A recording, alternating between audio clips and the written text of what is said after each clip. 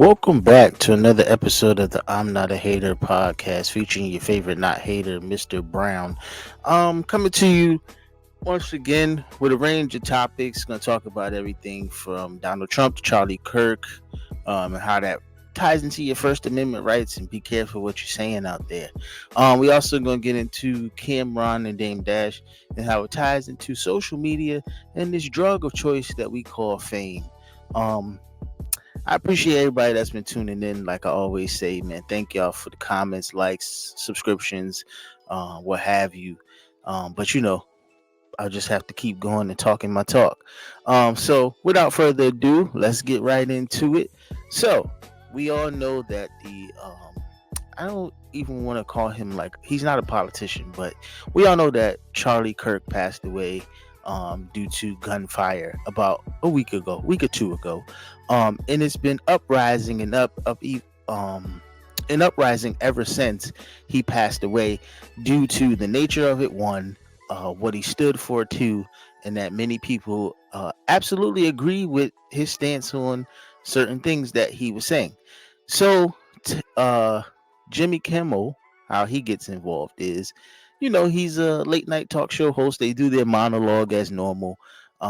He does a joke um, related to Charlie Kirk and Donald Trump. And Donald Trump, they show a clip where somebody asks Donald Trump about Charlie Kirk, and he immediately starts going into how the paving company just showed up to do the new paving for the taking over the Rose Garden. Um, and it just kind of showed you how people just kind of moved on. But Jimmy Kimmel made a joke about it. The FCC didn't like it. They have now suspended Jimmy Kimmel off air. Okay, so how that ties into your First Amendment rights? If you criticize, right, and this is just my opinion, and I didn't put out a disclaimer before that, but listen, disclaimer: these thoughts and opinions are mine. Please do not take them out of context. I'm just talking about how I feel about certain situations. If you criticize Donald Trump, his friends, anybody close to him, anybody he follows or believes in, you're going to be censored. Okay. Um, Now that goes against your First Amendment right to have free speech, but in the effort to drag our country backwards instead of forwards, if you criticize leadership and all those that are involved, I do feel that a censorship will come down on you, much like it happened to Jimmy Kimmel.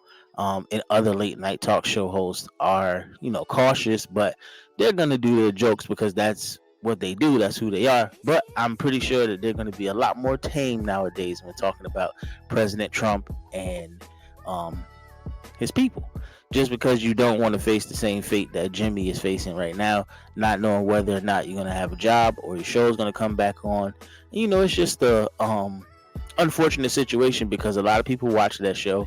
I have seen as a result of it, a lot of people are canceling their Disney Plus, and Disney owns ABC and all that good stuff. So a lot of people are canceling their Disney Plus subscriptions, and Disney is basically begging people.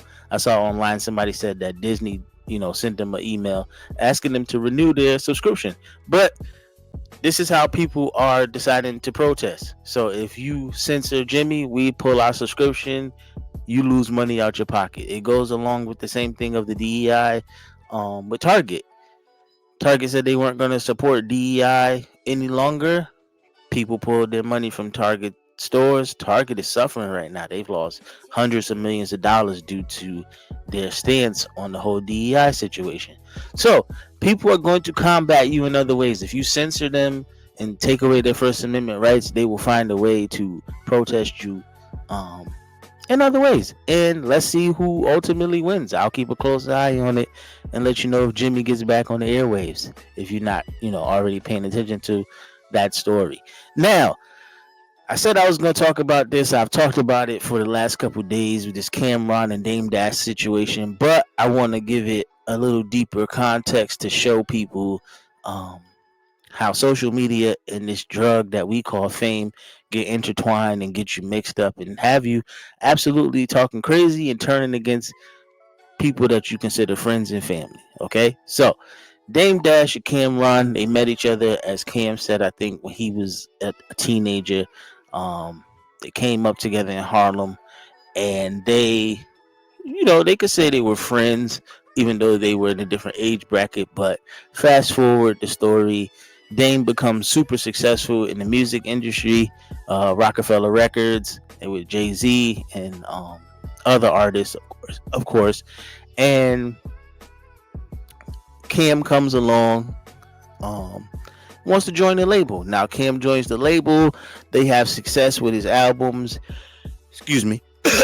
His albums and his groups, Dipset, Diplomats, whatever you want to call them. Um, and everything goes according to plan. And then after that, time comes and everything basically ends.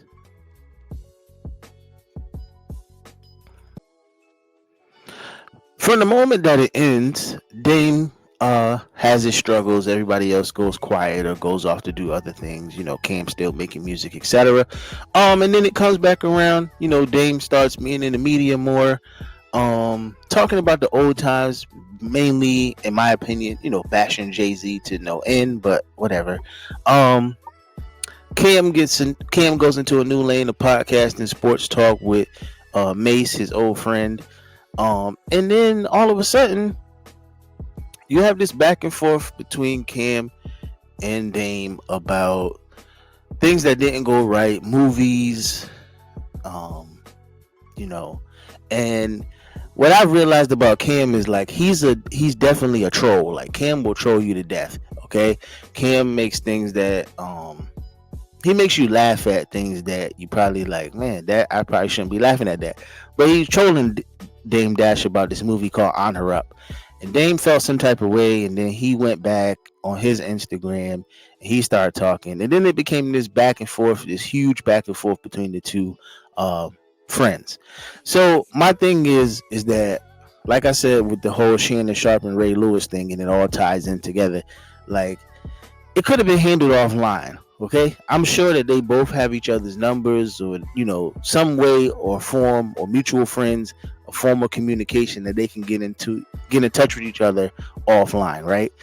But they decided to keep it online and continue to talk and continue to go back and forth and do these things over and over again. And there goes the problem with social media, right? Instead of taking the issue that you have with that person and dealing with it offline, you decide to make it a show and decide to post it on the Instagrams and your Facebooks and all those platforms, right? And now you're getting likes and views and comments. You getting people on your side or on the reverse, off your side, whatever. When you could have just handled it by giving a phone call. Now they're going to court, and now there's a whole situation. And that's my thing. Like even regular people do this, right? You got a dispute with somebody, instead of you handling it offline, instead of you talking to that person directly, you go and make a subliminal status on Facebook or Twitter or whatever, when you could just call that person, right? That person, if they're nonchalant or not caring, they're not even gonna pay attention to that status. But you could definitely give them a call, and then they have to listen to you. You don't have to put your business online. And my thing with Dame and Cam is that they could have handled that offline, man. They could have definitely talked to each other. They could have had that conversation as men, as Dame always says, right? Men don't gossip, men don't do this and that. But he's gossiping on the, Breakfast Club and doing all this stuff. But they could have definitely handled their situation offline. The people who do that are looking for attention, right? Like most people, attention seeking. This is attention seeking behavior at its finest. We are the people that they want the attention from. They want us to watch, they want us to comment, they want us to talk about it, and they continue to do it. It's unnecessary because I just feel like it gave Dame what he wanted, right? Chasing this drug of fame. And most people do. Most people want that drug. They can't help it. Whether they post 800 times a day because they like the likes, they like the comments, or in Dame's case, just to be talked about again in some form or fashion or some algorithm. it drives you. It becomes a part of you, right? I'm never gonna be to that level of fame, right? I'm never gonna be that. And even doing this podcast for a person like me is a bit much because I'm not a famous type of person. I'm known by a lot of people, but I'm what you would call like a loner, to be exact, right? I could be by myself and be completely fine and calm and cool. And if people walk by me, I prefer it because I don't like that much access. Like me doing this podcast is basically so I can get my thoughts about certain situations or certain things that I've been thinking about. It's for me to get it off and get it out to a audience who, might be feeling the same or might agree, right? But I'm not chasing any level of fame. I just started paying attention to YouTube views and comments and likes and everything just this year. And a whole year ago, I wish I had paid attention more, obviously, because of algorithms and things like that and monetization, and been more focused.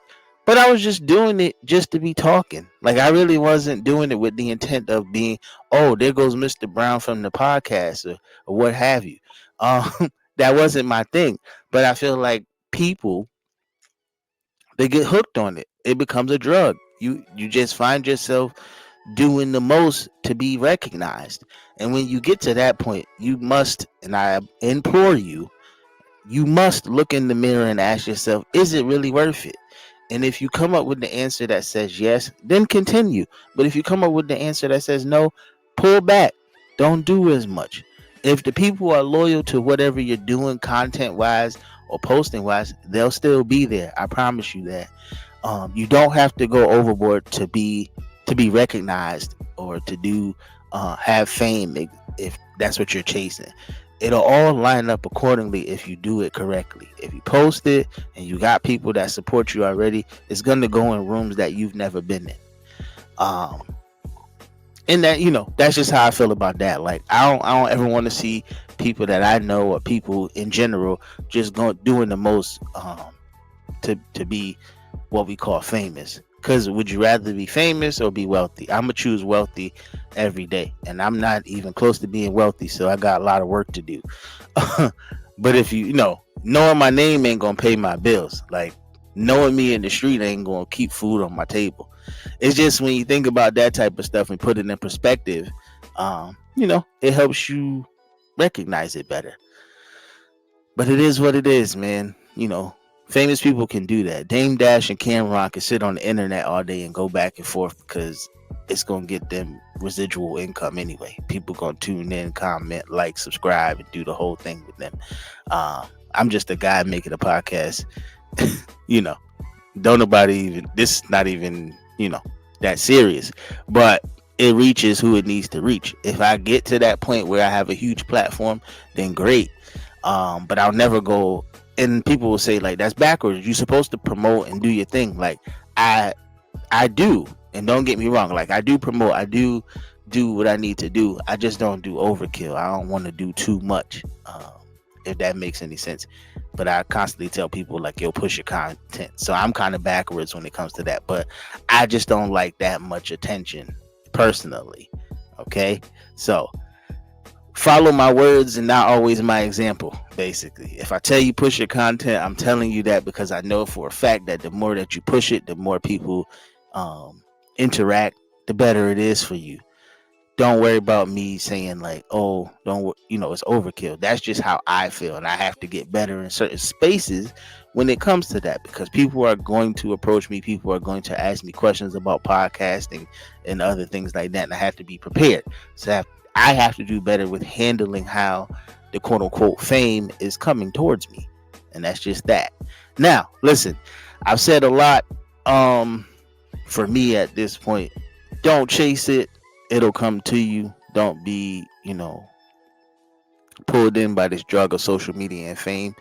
Do it in spurts. I said this a year ago. Do it in spurts. 9 to 9. Handle it after 9. Put the phone down. Call it a day.